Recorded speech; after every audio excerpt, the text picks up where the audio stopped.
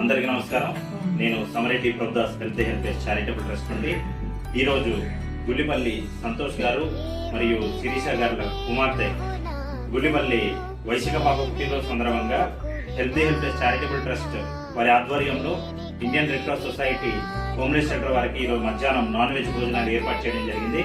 కాబట్టి health charitable trust తరఫు నుండి అలాగే హోమ్లెస్ షెల్టర్ వారి తరఫు నుండి కూడా ఆ పాపకు పుట్టినరోజు శుభాకాంక్షలు తెలియజేసుకుంటాను. ధన్యవాదాలు.